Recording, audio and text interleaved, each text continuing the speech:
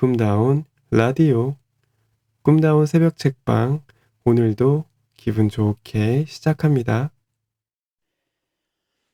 역사적인 측면에서 전체주의를 조금 더 알아보자. 전체주의가 탄생한 배경은 근대 자본주의 시기의 경제 대공황부터다. 우리는 앞서 역사 파트에서 이를 해결하기 위한 세 국가의 노력을 보았는데 미국은 정부가 시장에 개입하는 수정 자본주의로, 러시아는 시장을 폐지하고 정부가 강력히 경제 정책을 추진하는 공산주의로 이를 해결하려 했다. 이외에 특별한 해결책을 모색하기 어려웠던 국가들은 전체주의적인 모습으로 변모해 갔다. 뒤에서 자세히 다루겠지만 이것은 일반적인 모습이다. 경제 위기는 필연적으로 사회를 전체주의화한다. 이탈리아에서도 대공황이 경제를 위기로 몰아넣자 강력하고 배타적인 국가 중심의 체제를 강조하는 무솔리니가 탄생해서 파시스트 당을 만들었다. 이 파시스트들의 이념을 파시즘이라고 하는데 이 용어는 이탈리아어 파쇼에서 유래했다. 결속, 단결, 묶음 등의 뜻이다. 이 이후 파시즘은 극단적인 전체주의를 상징하는 단어를 지금까지 널리 사용되고 있다. 그런데 사실 무솔리니는 파시즘의 개념을 처음으로 사용한 사람이지만 그의 이념과 사상은 잘 알려져 있지 않다. 우리도 무솔리니라는 이름은 많이 들어봤지만 그가 독재를 한 것 외에는 잘 알지 못한다. 그것은 실제로 무솔리니의 이념이 규정되어 있지 않았기 때문이다. 그는 사회주의적 정책을 옹호하기도 하고 자본주의 정책으로 이념을 급선회하는 등 일관된 정책을 추진하지 못했다. 그런데 이에 대해서는 자신도 잘 알고 있었던 것 같아. 그는 파시즘에 대해서 파시즘은 고정된 신념 체계라기보다는 권력을 장악하기 위한 방법이라고 말하기도 했다. 실제로 정확한 이념을 갖지 않았기 때문에 다른 독재자들처럼 인종차별을 내세우거나 세계대전 내 적극적으로 참전하지도 않았다. 정확한 신념과 행동이 부재했던 까닭에 우리 기억에 그 내용은 남아있지 않다. 반면 전체주의자로서 우리의 기억에 가장 강력히 남아있는 인물은 히틀러다. 오스트리아에서 태어난 그는 원래는 화가 지망생이었다. 화가가 되기 위해 비엔나로 가서 미술학교에 응시했지만 2번 연속 불합격하고 그는 분노했다. 이에 대한 평가는 다양하지만 당시 예술의 분위기가 히틀러의 화풍과 어울리지 않았다는 설명이 일반적으로 알려져 있다. 당시의 유럽, 특히 예술가 천재들이 도시였던 비엔나에서는 사물의 모습을 묘사하는 고전주의 화풍보다는 화가의 내적인 표현 능력을 통해 사물을 가감하게 왜곡하고 해석하는 표현주의, 야스파식의 그림이 인정받았다. 하지만 히틀러는 풍경이나 건물을 세밀하게 묘사하는 고전주의 화풍을 고집했고 그의 이러한 특성이 화가의 꿈을 이루기 어렵게 만들었다. 결국 히틀러는 화가로서 펼쳐보지 못한 미적 재능을 정치에 활용했다. 자신이 왜소하고 보잘것없는 외모를 강력한 이미지로 바꾸기 위해 콧수염을 특이하게 깎고 머리 스타일을 바꿨다. 나치당의 상징인 하켄로이츠라는 갈고리 십자가 모양을 직접 디자인하기도 했으며 그 당시에는 잘 알려지지 않았던 자신에게 스포라이트를 비추게 해서 비범한 시각적 이미지를 만들어내기도 했다. 정권의 이념을 시각화하거나 대중을 선동하는데 탁월했던 히틀러와 나치 정권은 전체 속에서만 개인이 비로소 의미를 갖는다고 주장하며 개인의 의미를 축소하고 국민의 생활에 강력히 개입했다. 대공황이 유럽을 강타할 당시 독일은 엄청난 전쟁 배상금과 경기 침체로 만성적인 가난에 찌들어 있었다. 이때 히틀러는 자신이 경제를 살리겠다면서 등장했다. 그의 주장은 요약하면 세 가지 정도다. 1. 경제를 살리겠습니다. 2. 실업자에게 일자리를 마련해 주겠습니다. 3. 베르사유 조약을 깨고 전쟁 배상금을 더 이상 물지 않겠습니다. 경제를 살리겠다는 정치인들의 주장은 그때나 지금이나 크게 변하지 않았던 것 같아. 우리가 주목해야 하는 것은 그가 여기서 하나의 사상을 더 첨가했다는 것이다. 히틀러는 이렇게 연설했다. 나는 나의 조국만을 받들 것입니다. 오직 하나, 나는 독일만을 생각합니다. 히틀러의 인기는 빠르게 치솟았고 그의 위기를 벗어나기 위해 독일 민족이 하나로 뭉쳐야 함을 강조했다. 히틀러의 이념은 독일인에게 녹아들었다. 독일인은 민족 전체의 이익과 순수성을 지키기 위해서는 소수의 희생을 감수할 수 있다고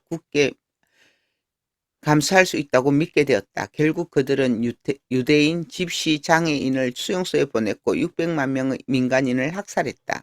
전체주의는 독립적으로 자생하는 하나의 이념이라기보다는 사실 경제 위기가 발생시키는 병리 현상으로 보인다. 그렇지 않던가? 아무리 평범하고 선한 개인이라 하더라도 경제적인 어려움 앞에서는 괴물이 될 수 있다.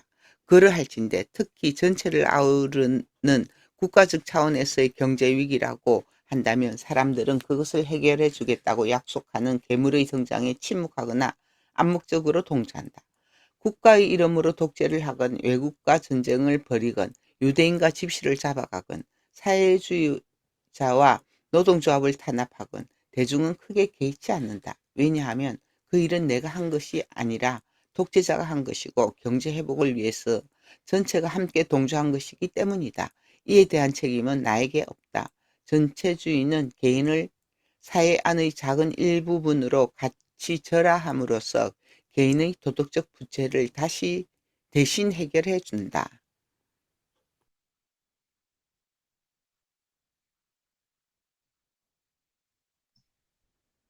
개인의 독립된 가치를 잘 알고 있는 현대인은 전체주의를 끔찍한 체제로 느낀다. 그래서 근대의 독일인과 이탈리아인, 러시아인, 일본인이 전체주의에 동조했던 것을 소수의 악마들에 의한 비일상적이고 특수한 사건이라고 생각한다.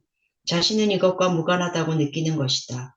하지만 전체주의는 거시적이건 미시적이건 우리 안에서 매우 쉽게 발현되는 일반적인 태도다. 내가 소속된 집단이 위기에 처해 있고 이를 해결해 줄 급진적인 인물이 등장하면 개인은 이에 쉽게 동조된다. 그 해결 방안이 비윤리적이라 하더라도 자신에게는 책임이 따르지 않으므로 대놓고 지적하지는 못하지만 내심 이를 반기게 되는 것이다. 다시 말해 우리는 거대한 전체 속에서 자신의 존재 가치가 절하되는 것에 무의식적으로 위안받는다. 이것은 집단 따돌림의 원리와 유사하다. 전체가 비윤리적으로 행동할 때 내가 거기에 가담할 수 있는 것은 그 비윤리적 행위의 직접적 책임이 내가 아니라 전체에 있기 때문이다.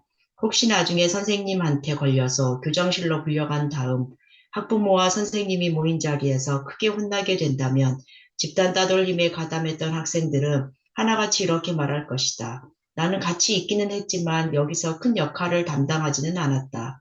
나는 그저 따라다녔을 뿐 중요한 인물이 아니었다고 말이다.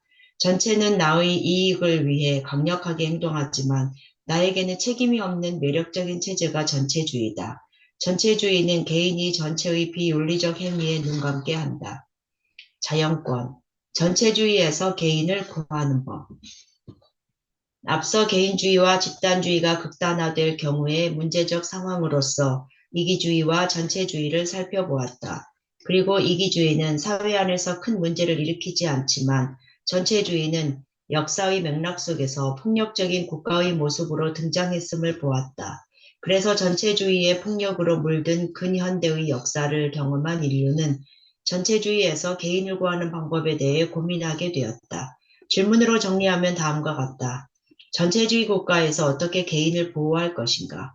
국가가 개인의 전체의 이익을 앞세워 나의 권리를 침해하려고 할 때 국가의 압도적인 힘과 능력 앞에서 나는 어떻게 내 권리를 보호할 수 있을 것인가? 사실 아무리 생각하고 고민해도 답이 없다. 국가 전체는 막강하고 개인은 나약하므로 국가가 법과 공권력과 친정부적 미디어를 앞세워 나의 권리를 침해할 때 나는 그것을 막을 방법이 전무하다.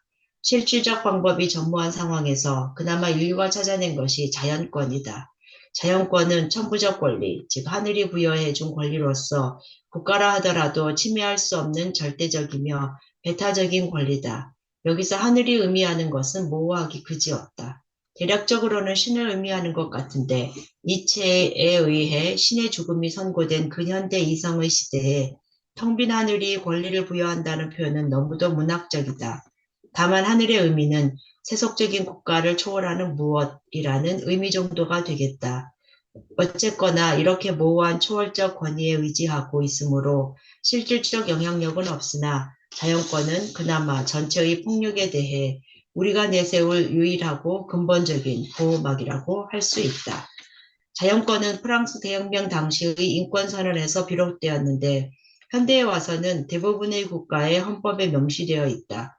우선 프랑스 인권선언 제2조에는 모든 정치 조직의 목적은 인권의 옹호에 있으며 인권은 자유, 재산, 안전 및 압제에 대한 반항의 권리를 보호하는 데 있다. 라고 제시되어 있다. 한국 헌법 제10조에도 모든 국민은 인간으로서의 존엄과 가치를 가지며 행복을 추구할 권리를 가진다. 국가는 개인이 가지는 불가침의 기본적 인권을 확인하고 이를 보장할 의무를 진다. 라고 명시되어 있다. 자연권에 대한 해석은 국가마다 미세하게 다를 수 있는데 기본적으로는 어떠한 경우에도 침해받을 수 없는 절대적 권리로 서너 가지를 제시한다. 생명, 재산, 자유가 대표적이다. 즉 국가는 어떠한 특수한 상황에서도 절대로 나의 생명을 침해할 수 없고 어떤 상황에서도 나의 재산을 침해할 수 없으며 나의 자유를 절대로 침해할 수 없는 것이다. 자연권에 따르면 독일은 경제 파탄에서 회복하기 위해 그리고 독일 민족의 부활을 위해 유대인의 생명과 재산을 침해할 수 없으며 그들의 자유를 억압해서도 안 된다. 만약 우리가 국가 전체의 위기 상황을 앞세워 절대적 권리인 자연권과 인권을 조금이라도 양보하기 시작한다면 국가가 개인의 권리를 침해하는 것을 막을 마지노선은 사라지고 말 것이다.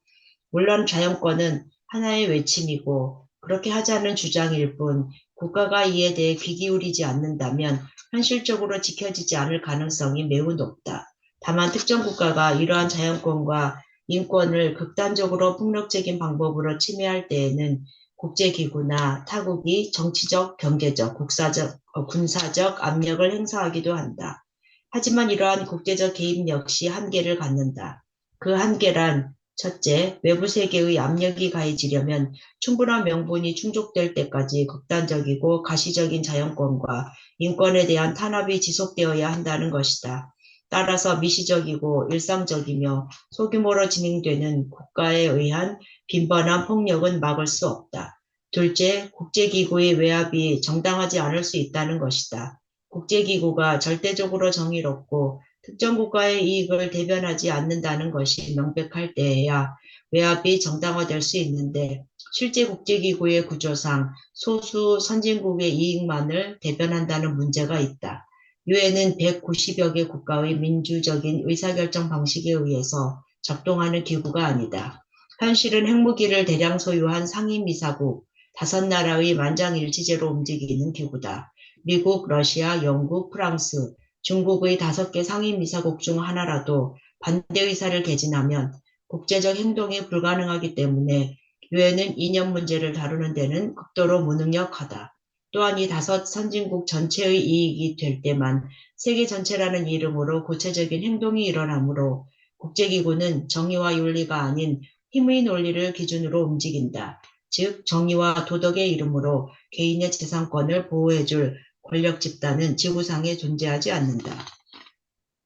지금까지 우리는 전체주의로부터 개인을 보호할 수 있는 유일한 방법으로서 자연권에 대해 알아보았으며 이 자연권의 실효성이 의심스럽다는 것을 살펴보았다. 다만 실효성의 여부와는 무관하게 자연권은 개인의 권리를 위한 마지막 보루이며 결코 양보할 수 없는 최소한의 권리인 것만은 분명한 사실이다. 전체주의와 세금. 부유층의 세금을 높이는 것은 전체주의적 폭력인가? 우리는 개인주의와 전체주의에 대해 알아보았다. 그리고 전체주의가 언제든 재현될 수 있는 부도덕하고 위험한 체제임을 이해했다. 그런데 이러한 결론에서 곤란한 주장이 도출될 수 있다. 자본가 A씨는 다음과 같은 주장을 한다. 부유한 소수에게 누진세를 부과하는 것은 가난한 다수에 의한 전체주의적 폭력은 아닌가? 이 질문에는 우리가 앞서 다루었던 경제, 정치, 사회의 담론들이 종합적으로 내포되어 있다. 두 종류의 세계가 있다. 시장의 자유를 중시하고 세금을 낮춰 자본가의 이익을 최우선하는 보수와 정부의 개입을 추구하고 세금과 복지를 높여 노동자의 이익을 최우선하는 진보. 그런데 이 중 진보는 보수에 비해 윤리적 측면에서 일반적으로 더 큰 지지를 받는다. 왜냐하면 진보가 고려하는 대상 자체가 노동자, 저소득자, 서민, 최소 수혜자 등 자본가에 의해 사회적으로 약자이기 때문이다.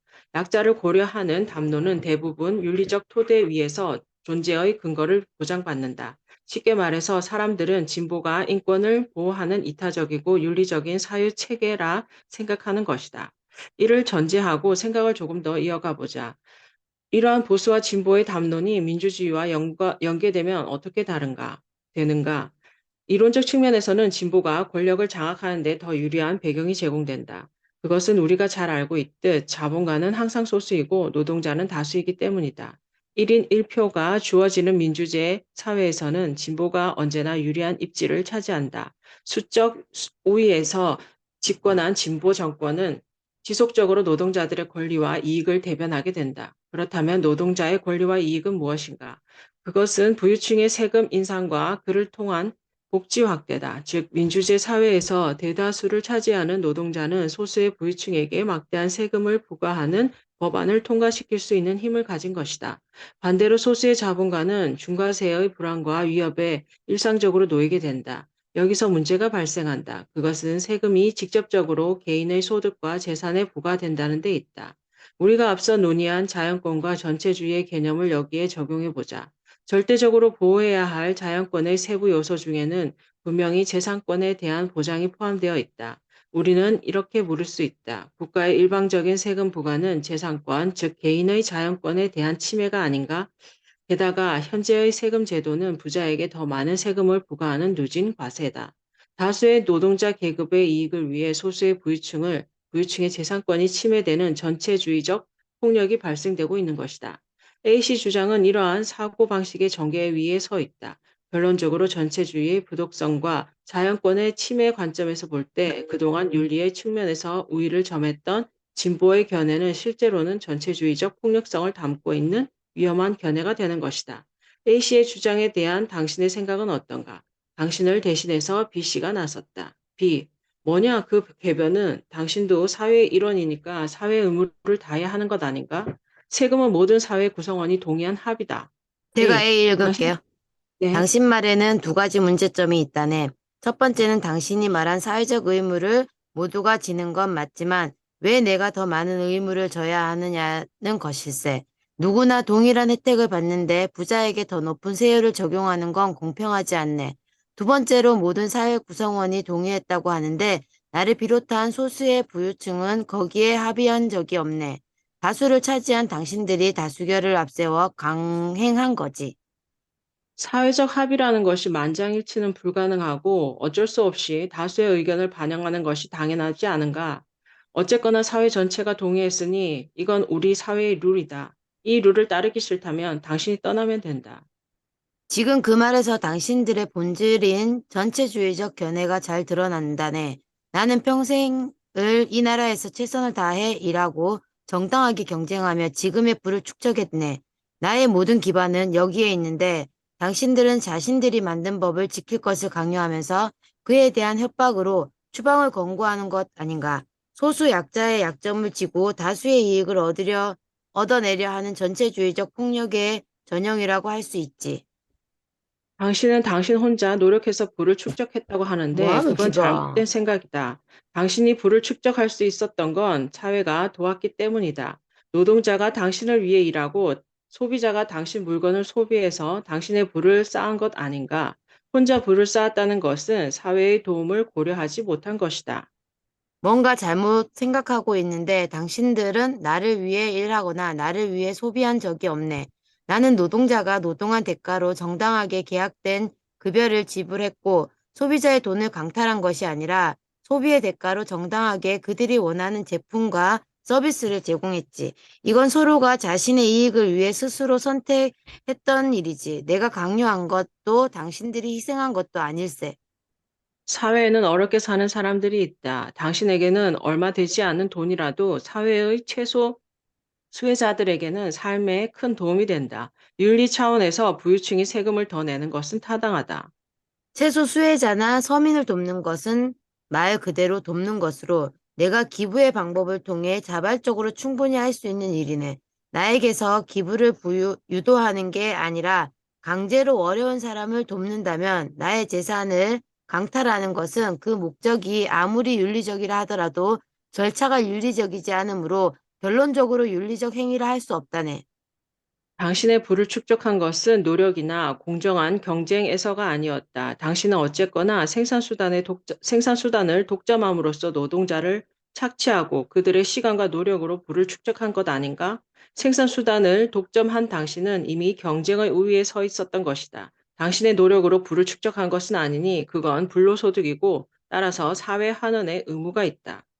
다시 말하지만 나는 노동자를 착취한 적이 없다네. 나는 그들을 고용하기 전에 임금과 계약 조건을 모두 밝혔네. 노동을 원하고 선택한 건 그들이 자신이고 내가 강요한 적은 없는 것이지. 그리고 당신은 육체 노동만을 노동으로 생각하는 모양인데 현대 사회에서 노동의 방식은 다양하네.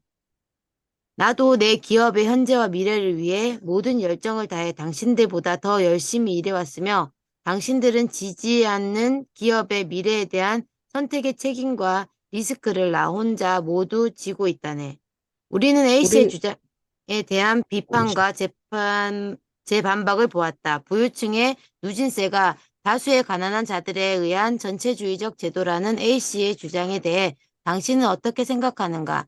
나머지 대화는 당신에게 맡긴다. 중간 정리. 이번 장에서 가장 먼저 알아본 것은 개인과 집단의 갈등 상황에서 어떤 가치가 우선되어야 하는가였다. 이때 개인의 권리를 우선하는 입장을 개인주의, 집단의 이익을 우선하는 입장을 집단주의라 했다. 이 두 가치는 극단화되어 부정적인 면모를 드러내기도 하는데 이것이 이기주의와 전체주의였다. 이 중 근현대 역사에서 문제가 되었던 관점은 전체주의였다. 지식인들은 전체주의의 폭력에 맞서 개인의 권리를 보호하고자 했고 그 결과 절대적 권리로서의 자연권을 찾아내었다. 자연권은 구체적으로 생명, 재산, 자유에 대한 보장을 의미했다. 문제는 자연권의 개념이 현대사회의 가장 일반적인 정치 결정 방식으로서의 민주주의와 결합될 때 발생했다. 민주주의는 기본 원리에서 다수의 이익을 항상 우선하게 되므로 개인의 권리를 침해할 가능성이 항상 열려 있다. 특히 여기에 경제적 측면에서의 계급 갈등 문제가 더해지면 민주주의의 다수결에 의한 의사결정 방식은 다수의 가난한 사람의 이익을 대변해서 소수의 자본가의 권리를 침해할 소지를 발생시켰다.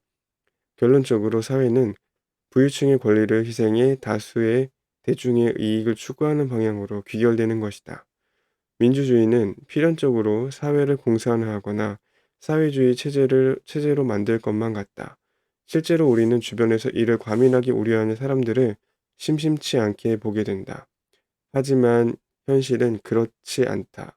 반대로 실제의 한국 사회는 점차 보수화되어 가고 낮은 세율과 낮은 복지 수준을 유지하고 있다. 왜 이런 일이 발생하는 것일까? 그에 대한 대답은 앞서 정치 파트에서 확인했다. 개인의 역사적 체험, 사회에 의한 교육, 그리고 이 두 원인이 만들어내는 비합리성이 그것이다. 우리는 이 중에서 사회가 개인을 어떻게 교육하는지를 알아보려 한다.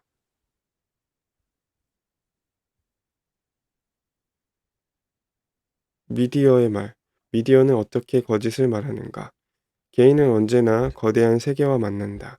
사실 더 근본적으로는 세계가 존재하는지를 인식하기 훨씬 전부터 이미 세계에 놓여 있었다. 그래서 인간은 너무도 압도적인 세계의 위험에 본능적으로 세계 자체를 그저 인정하고 받아들이려는 태도를 갖게 된다. 세계가 기본적으로 타당하다는, 다시 말해 세계가 안정적이라는 세계관을 갖게 되는 것이다. 앞서 우리는 이러한 세계관이 보수적 견해임을 전제임을 보았다. 기본적으로 세계를 긍정하는 태도를 갖춘 개인에게 세계는 말을 걸어온다. 세계가 말을 걸어오는 방식은 매우 다양하다. 집에서는 어머니의 모습으로 말을 걸고, 학교에서는 친구들과 선생님의 모습으로 말을 걸고, 회사에서는 부장님의 모습으로, 군대에서는 사수, 병원에서는 의사의 모습으로 말을 걸어온다. 이렇게 세계가 걸어오는 말 중에서 유독 내가 신뢰하는 말이 있으니 그것이 신문과 뉴스다. 두 사람이 논쟁하고 있을 때 나의 주장을 승리로 맺을 수 있도록 도와주는 마법의 주문은 야, 이거 어제 뉴스에 나왔어. 다. 미디어는 진리를 판별하는 기준으로 작동한다. 우리는 암묵적으로 미디어가 객관적 진실을 말해준다고 의심 없이 신뢰한다. 미디어에 높은 지위를 부여하는 것은 어쩌면 타당할 수 있다. 무수히 많은 사람에게 노출되는 미디어라면 다수의 감시와 비판 속에서 그나마 가장 진실되고 객관적인 내용을 전달할 것이라기 때문이다. 왜 안 넘어가니? 이런 믿음은 한편으로 불확실한 사회에서 그나마 믿을 만한 판단 기준을 제시해준다는 면에서 긍정적일 수 있다. 다만 객관적이라 믿었던 미디어가 객관적이지 않을 수 있다면 그때부터 문제가 발생한다. 어떤 사람은 이렇게 물을 수도 있다. 그럼 뉴스나 신문이 거짓된 보도를 한다고? 그런 일은 있을 수 없다라고 말이다. 사실 이건 맞는 말이기도 하고 틀린 말이기도 하다. 만약 미디어에서 잘못된 사실을 보도한다면 대중의 비난을 피하지 못할 것이고 미디어는 이를 정정해서 다시 보도할 것이다. 이렇게 정직한 미디어가 어떻게 거짓을 보도할 수 있겠는가? 이를 이해하기 위해서는 화용론에 대해 알아야 한다. 현대 사회를 살아가는 학생과 직장인이라면 경쟁에서 승리하고 살아남기 위해서 반드시 갖춰야 할 능력인 화용론에 대해 잠시 알아보고 미디어에 대한 내용으로 다시 돌아오자. 화용론은 다음 분이 읽어주시면 되겠네요. 화용론은 말의 내용이 아니라 그 말의 주변 상황을 생각해보는 방법을 말한다. 단순화해보면 언어나 말에 대한 탐구는 크게 두 가지로 나눌 수 있다. 하나는 의미론이고 다른 하나는 화용론이다. 의미론은 내가 내뱉은 말 자체의 내용과 의미를 탐구한다. 반면 화용론은 내가 내뱉은 말이 왜 하필 그 시간, 그 공간, 그 주체와 대상 가운데서 말해졌는가를 파악하려 한다. 예를 들어보자. 물이라는 단어의 의미는 무엇인가? 의미론적으로 물은 자연계의 강, 호수, 바다 따위의 형태로 널리 분포한 액체 산소와 수소의 화학적 결합물 정도로 파악할 수 있다. 그런데 실제 상황에서는 다른 방식으로 사용된다. C와 D는 공사장에서 미장 일을 한다. C는 전문가이고 D는 견습생이다. D는 C가 하는 일을 옆에서 보고 배우는 중이다. 땀을 뻘뻘 흘리던 C가 미장을 계속하면서 갑자기 물이라고 외친다. 이때 당신이 D라면 어떻게 할 것인가? 물은 산소와 수소의 화학적 결합물입니다 라고 대답할 것인가? 만약 정말로 그렇게 말한다면 C는 하던 일을 멈추고 뭐 이런 미친놈이 있어 하는 얼굴로 당신을 돌아볼 것이다. 틀린 말을 한 것도 아닌데 뭐가 문제인가? 실제로 의미보다 일상생활에서 더 중요하게 사용되는 것은 화용론이다. 더운 날씨에 지금 미장을 하고 있다는 시간과 공간, 그리고 시가 사수이고 자신이 부사수여서 지시에 따라야 한다는 권력관계를 고려해서 물이라는 말의 의미를 파악해야 하는 것이다. 내가 처신을 잘하는 사람이라면 당장 뛰어가서 시원한 물을 구해와야 한다. 이처럼 화용론은 말의 내적인 의미가 아니라 그 말이 사용되는 외적인 시간, 공간, 주체, 대상의 상황을 의미하는 것이다. 실용적인 화용론의 예를 하나 더 들어보자.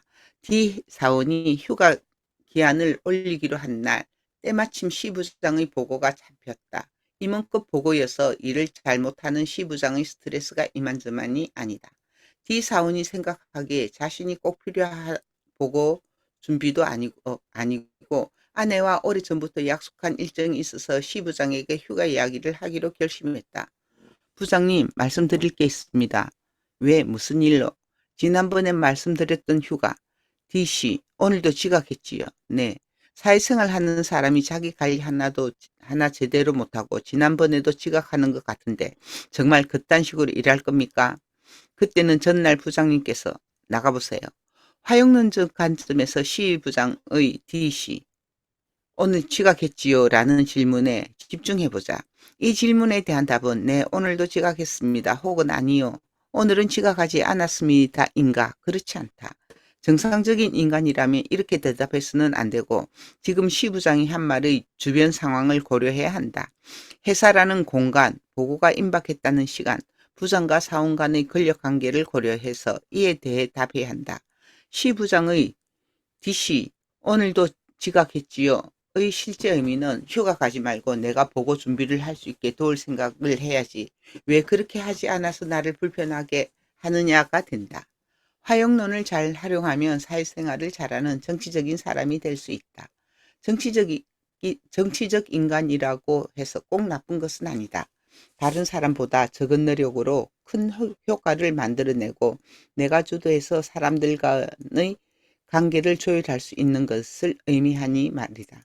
그래서 어느 정도 사회생활을 했고 경쟁에서 살아남은 사람들은 자신이 인지하거나 그렇지 않거나 화용론을 잘 사용한다.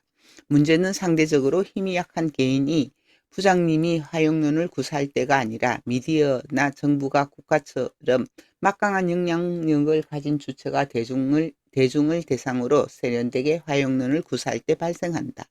미디어는 객관적 사실을 전달하지 않을 수 있다. 그렇다고 미디어가 틀린 정보를 보도한다고 말하려는 것이 아니다. 미디어의 보도도 의미론과 화용론의 측면에서 평가할 필요가 있음을 말하려는 것이다. 언론과 방송이 의미론의 측면에서 거짓을 말하는 경우는 없다. 물론 가끔 잘못된 정보를 보도해서 정정기사를 낼 때도 있지만 그건 일회성으로 거침으로 큰 문제가 되지 않는다. 정말 문제가 되는 것은 미디어가 화용론의 관점에서 객관적으로 보도하지 않는다는 점이다. 미디어는 미세한 편집과 보도 순서의 배열을 고려하는 등 전문적이고 기술적인 방법을 활용해서 직접 말하지 않아도 맥락을 통해 주관적 사고와 이념을 전달한다. 그렇다고 미디어는 어떤 사고와 이념을 전달하는가? 그것은 언제나 권력자의 사고와 이념이다. 정치체제의 형태에 따라서 그 권력자가 누구인지만 바뀔 뿐이다. 우선 독재체제에서 권력자는 엘리트 정부다. 그에 따라 미디어는 정부의 사고와 이념을 포장해서 대중에게 전달한다. 이때 미디어는 정부의 대변인 역할을 수행하며 정보의 왜곡과 통제를 빈번하게 일으키고 언어의 측면에서 화용론을 넘어 의미론의 측면까지 이르는 다양한 방식의 주관적 보도를 수행한다. 다음으로 민주주의 체제에서는 어떤가? 특히 시장경제의 민주주의 체제에서의 권력자는 누구인가? 선거 때마다 바뀌는 보수 정권과 진보 정권이 권력자인가? 그렇지 않다. 진짜 권력은 기업에 있다. 그리고 미디어는 기업의 입장을 충실하게 대변한다. 물론 이것은 앞서 이야기했듯이 미디어의 생존 방식과 직결되어 있는 문제다. 미디어가 대규모 자본이 필요한 프로그램을 제작해 대중에게 무료로 송출할 수 있는 것은 오직 광고 때문이다. 방송광고진흥공사의 자료에 따르면 2019년 기준 국내 광고 시장의 규모는 14조 원을 넘어섰다. 이처럼 기업으로부터 나온 광고비는 수많은 미디어가 생존할 수 있는 유일한 토대가 된다. 결국 미디어는 광고비를 대는 기업의 눈치를 보고 특히 대규모 재벌기업과 관련된 내용은 자체적으로 검열한다. 20세기의 가장 중요한 언어 철학자인 동시에 사회정치적 실천가인 노암 촘스키는 신문과 방송이 광고주인 사기업의 이익을 대변해주고 사기업들은 광고로 언론의 이익을 보장함으로써 잘못된 이익의 먹이사슬이 형성됐다. 라고 말함으로써 자유민주주의 사회에서의 미디어의 한계를 직접적으로 지적했다. 그렇다면 미디어가 기업의 이익을 대변한다는 것은 무엇을 의미하는가? 이제 우리는 그것을 선명히 안다. 그것은 시장의 자유, 세금이나 규제 철폐, 구체적으로는 경제체제로서의 신자유주의, 정치 이념으로서의 보수주의다. 우리의 처음 질문은 이것이었다. 다수의 노동자가 한 표씩 행사하는 민주주의 체제에서 왜 사회는 보수화되는가? 미디어가 생존하기 위한 구조적 한계, 이것이 주요 원인이다. 언어학적 관점에서 보면 오늘날의 미디어가 의미론 측면에서 문제를 일으키는 것은 쉽지 않은 일이다. 미디어는 사실에 기반한 보도를 하며 대중의 감시 속에 객관적 정보를 전달한다. 다만 화용론 측면에서는 편집과 배치를 통해 주관적 메시지를 암묵적으로 전달한다. 재벌기업의 불법과 탈세는 일면에서 사라지고 그 자리는 연예인의 대한 말초적인 가십거리와 스포츠의 열기로 채워진다. 보수 정권에 의한 부유층의 세금 축소 정책은 중요하지 않은 문제라는 듯 아나운서의 짧은 멘트와 함께 사실로서 규정되고 그 자리는 북한의 도발과 사건 사고의 충격적 이미지가 대신한다.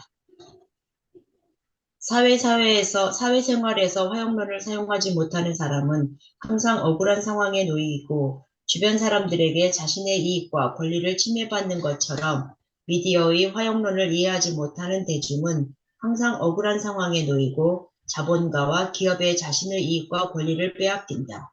문제는 대중에게 있다. 대중은 정직하고 순박해서 미디어와 사회가 우리에게 보여주는 사실만이 진짜 사실이라 믿고 그들이 자신을 속일 것이라는 생각을 하지 않는다. 그들은 미디어가 보여주는 세계 이면에 대해 의심하는 행위를 무가치하고 반사회적인 행위인 양 거부한다. 의심 없는 대중은 사회와 미디어의 말을 앵무새처럼 따라하고 그들이 욕하는 대상을 같이 욕하고 그들이 칭찬하는 대상을 같이 칭찬하며 웃기면 웃고 울리면 운다. 하지만 단적으로 말해서 당신의 삶이 현재 비참한 상태에 놓여 있다면 개별 기업의 특정 제품이 세계 점유율 1위가 되고 스포츠 스타가 세계 선수권 대회에서 금메달을 따는 것은 당신에게 절대 중요한 일이 아니다. 미디어가 재벌 기업과 스포츠 스타를 칭찬하고 열광하는 모습을 반영한다고 해서 그 열광을 맹목적으로 따라할 필요는 없다. 그것은 내 고등학생 자녀가 자기 반에 전교 1등이 있다고 나에게 자랑하는 것과 다를 바 없다.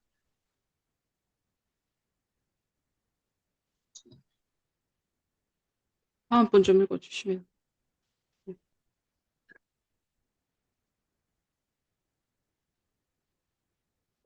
방금 최종 정리.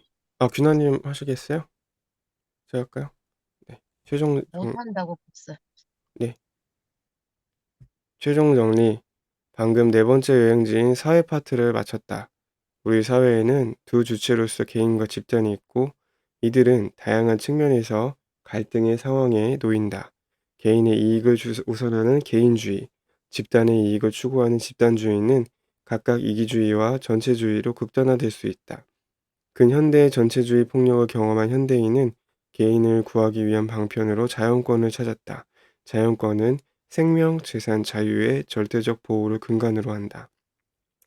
그런데 자연권은 이론적 측면에서 볼 때 민주주의와 충돌할 가능성을 갖는다. 왜냐하면 민주주의 다수결 방식을 통해 다수의 노동자가 소수의 자본가에게 막대한 세금을 부과해 자본가의 재산권을 침해할 수 있기 때문이다. 이론적으로 보면 민주주의 사회는 전체주의나 진보적인 방향으로 흐를 가능성이 크다. 하지만 현실적 측면에서는 반대의 상황이 발생한다. 노동자가 절대 다수를 점유하고 빈부격차의 문제가 실질적이고 가시적인 상황에 이르러서도 기업과 자본가의 이익을 대변하는 보수 집권이 지속되고 있는 것이다. 다양한 이유가 있겠지만 그 중에서 우리는 미디어에 대해서 살펴봤다. 미디어가 기업의 광고로 유지된다는 태생적인 특성 때문에 미디어는 필연적으로 기업과 자본가의 이익을 대변하는 한계를 가진다. 그리고 강력한 영향력과 편집의 기교를 통해 미디어는 사회를 점차 보수화한다. 정치적 집권에 대한 이론적 측면과 현실적 측면 간의 괴리를 설명해주는 주요 연결고리가 미디어의 특성이 있는 것이다. 대중은 정교하고 매끄러운 미디어의 영향 아래 놓이며 자신의 신념과 사고의 번거로움을 포기하고 모든 평가와 판단을 미디어에 양도한다. 바쁜 일상을 살아가는 현대인에게 자신의 생계에 도움이 되지 않는 사회 문제들에 대한 평가와 판단을 미디어가 대신해주는 것은 어쩌면 다행인지도 모른다. 다만 이렇게 미디어에 자신의 판단을 양도하는 사람은 경제적으로 조금 여유로워지고 다른 사람보다 조금 더 성공할 수 있을지는 모르겠지만 세계 밖의 진실을 볼 수 있는 기회를 갖지 못할 것이고 인생의 깊이를 얻지 못할 것이며 타인들과의 지적 대화 속에서 빛날 수는 없을 것이다.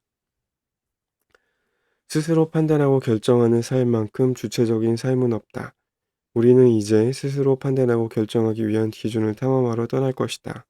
윤리는 앞서 함께 논의한 역사, 경제, 정치, 사회에 대한 내용들을 평가하고 판단하는 방식에 대한 탐구다. 우리는 이러한 평가와 판단의 기준을 알아보기 위해 이 책의 마지막 여행지로 윤리를 방문할 것이다. 윤리. 우리를 시험에 빠뜨리는 윤리적 상황. 윤리적 판단은 상황에 따라 달라진다. 대서양을 지나던 거대한 배가 침몰했다. 대피하는 승객들 중 10여 명이 구명보트에 올랐다. 보트는 곧 대서양을 표류했다. 그래도 어쨌거나 살았으니 다행이다. 밤은 깊고 달무리는 어석한데 바다는 얼음장같이 차고 때 아니게 상어도 있다고 생각해보자. 하지만 상관없다. 우리는 살았으니 말이다. 그런데 문제가 발생했다. 시간이 가면서 점차 배가 가라앉는 것이다. 다들 우왕좌왕하는 가운데 원인을 살펴보니 아무래도 정원이 초과돼서 그런 것 같아. 구명보트 정원은 10명인데 탑승객은 11명인 상황. 당신은 이 배에 타고 있다. 우리는 뭘 어떻게 해야 할까? 매우 다양한 방법이 머리를 스쳐간다. 우선 가지고 있는 짐들을 모두 내다 버리는 방법이 있겠다. 좋은 생각이다. 그래서 실제로 무게 나가는 것들을 최대한 모두 배 밖으로 버렸다. 그럼에도 불구하고 배가 조금씩 가라앉고 있다. 그럼 이제 어떻게 해야 하는가? 우리가 선택할 수 있는 답안은 논리적으로 두 가지다. 한 명을 희생시키거나 혹은 희생시키지 않거나. 사람들이 토론하기 시작했다. 우선 B가 말문을 열었다. 더 늦기 전에 희생시킬 한 명을 선택합시다. 이렇게 있다가는 다 같이 죽는 건데 한 명의 목숨보다는 전체의 목숨을 살리는 것이 아무래도 더 윤리적이겠지요. 아니, 한 사람을 희생시키는 게 도대체 어떻게 윤리적이라는 거요? 무고한 사람을 희생시키는 건 명백히 살인행위이고 결코 용서받을 수 없는 행위요. 절대로 있어서는 안 될 일입니다. 누구는 좋아서 이러는 줄 알아요? 그럼 무슨 대안을 내놓든지 당신처럼 그냥 절대로 안 된다고만 하면 마음은 편할지 모르나 이 상황을 해결할 수는 없잖아요. 지금은 특수한 상황이니까 현실적인 대안을 생각해야 해요. 그럼 당신은 특수한 상황이면 모든 게 허용된다는 거요?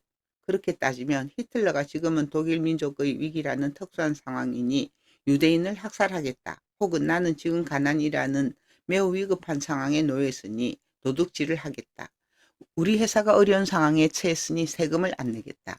이 모든 게 허용된다는 거요. 윤리라는 건 아무리 어렵고 힘든 특수한 상황에서도 지켜질 때에야 비로소 그 가치를 갖는 거요. 내가 조금 어렵고 위급하다고 아무 생각이나 다 한다면 그게 짐승하고 다를 게 뭐가 있어. 뭐야? 어디서 혼자 고결한 척이야. 나는 내가 지켜야 할 처자식이 있다고 당신처럼 꽉 막힌 사람이랑 같이 죽을 만큼 한가지 않나. 여러분, 이러고 있을 때가 아닙니다. 다 같이 공평하게 제비뽑기를 합시다. 사람들은 동의했고 제비뽑기가 준비됐다. 가장 긴 끈을 뽑은 사람이 희생양이 되기로 했다. 제비뽑기에 참여하지 않으면 그 사람을 희생시키자는 사람들의 합의에 A도 어쩔 수 없이 제비뽑기에 참여했다. A는 무사히 짧은 끈을 뽑았다. B가 뽑을 차례가 되어 끈의 한쪽 끈을 잡아당겼는데 끈이 계속해서 나왔다. 끈은 말도 안 되게 길었다. B의 표정이 어두워졌다. 사람들이 빨리 투신하라고 재촉했다. B가 손을 뻗어 바닷물을 만져보았다. 뼛속까지 한기가 느껴졌다. 배 주위를 돌고 있는 상의 진어머리들이 보였다. B가 기어 들어가는 소리로 말했다. 나는 못 죽겠소. 지켜야 할 가족이 있어요. 이봐, 당신이 제비를 뽑자고 했잖아. 분명 다른 사람이 뽑혔으면 당신이 주도해서 그 사람을 배 밖으로 내던졌을 거면서 자기가 뽑히니 안 들으겠다는 건 말이 돼? 여러분, 저놈을 바다로 던져버립시다. 여러분, 이러시면 안 됩니다. 저 사람을 배 밖으로 던져버린다면 그건 우리가 저 무고한 사람을 집단으로 살해한 것이 됩니다. 저 사람은 무고하지 않소. 자신이 약속을 했다가 어긴 것이니 이미 약속을 위반한 잘못을 했어. 그리고 저 사람은 자발적으로 제비를 뽑아 한 명을 희생시키겠다는 계약을 한 것 아니요. 계약을 어겼다는 잘못도 있는 것이요. 잘못이 있으니 우리가 사형을 집행하는 것이요. 저 사람이 한 잘못은 약속을 어긴 것과 계약을 어긴 것 둘뿐이지요. 약속과 계약을 어겼다고 사형을 집행하는 법은 세상 어디에도 없습니다. 자기가 죽기 싫다고 하고 저 사람이 누군가를 죽일 정도의 잘못을 한 것도 아닌데 살려는 자를 죽인다는 것은 명백히 잘못된 행동이요. 우리가 그를 억지로 죽인다면 우리는 평생을 죄책감에 시달리며 살게 될 것입니다. 여러분, 차라리 말 많은 애를 죽입시다. 당신이 이 배에 타고 있다면 당신은 어떤 선택을 했을 것인가? 혹은 당신이 A를 물에 빠뜨리고 구조된 10명을 재판하게 된 재판관이라면 당신은 자신들이 생존을 위해 한 사람을 죽게 한 10명을 어떻게 처리할 것인가? 모든 윤리적 판단에 앞서 고려해야 하는 것은 자신이 어느 위치에 있는지에 대한 시점이다. 왜냐하면 사람들은 일반적으로 자신이 문제의 당사자일 때와 제3자의 입장일 때 종종 다른 판단을 하기 때문이다. 인간은 본능적으로 자신의 이익을 최우선으로 고려하며 동시에 자기 자신에게 가장 관대하다. 그러므로 보편적으로 윤리 담론에 대해 논하기 위해서는 자신의 위치를 사건과 분리해야 한다.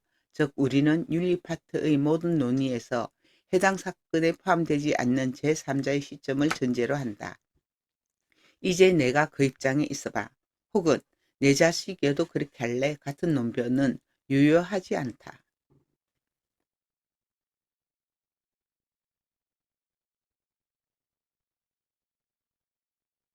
침몰하는 배 사례에서도 우리는 사건 밖의 재판관의 입장을 견지하자. 이러한 관점에서 우리는 ABC의 견해를 비슷한 입장끼리 묶을 수 있다. 누구와 누구의 입장이 그나마 유사한가? 아무래도 B와 C의 입장이 유사하고 A는 차이를 보인다. 단적으로 말해서 A의 견해는 절대로 무고한 사람을 죽여서는 안 된다는 것이다. 반면 B와 C의 견해는 소수를 희생시키더라도 모두의 목숨을 살릴 수 있다면 그것이 더 좋은 선택이라는 것이다. 두 입장을 조금 더 추상화하면 A의 입장은 절대적인 도덕 법칙을 준수하려는 것이고 B와 C의 입장은 상황에 따라 전체의 이익에 부합하는 선택을 하려는 것이다. 지금 논의한 이 두 입장은 윤리 분야에서의 가장 기본적인 사고방식이다. 결론부터 말하면 A의 입장을 의무론, B와 C의 입장을 목적론이라고 부른다. 이제부터 윤리의 기초로서 의무론과 목적론에 대해 알아보려고 한다. 그 전에 윤리가 도대체 무엇인지부터 규정하고 가자. 네, 여기까지 하면 되겠죠? 네, 간단히 말씀드릴게요. My day is made. 내 날이 만들어졌다. 뭐 이런 뜻인데 어떤 뜻이냐면 어, 너 덕분에 오늘 완전 좋아. 뭐 이런 뜻입니다. 그래서 You made my day. 뭐 이렇게 말하기도 하고요. My day is made. My day is made. 이렇게 뭐 My 끝에 day's 말하기도 made. 합니다. 예, My day is made. 그러면 사진 찍겠습니다. 준비하시고요. 사람 많이. 갑니다. 하나, 둘, 셋. 네, 감사합니다. 좋은 날 되시고요. 감사합니다.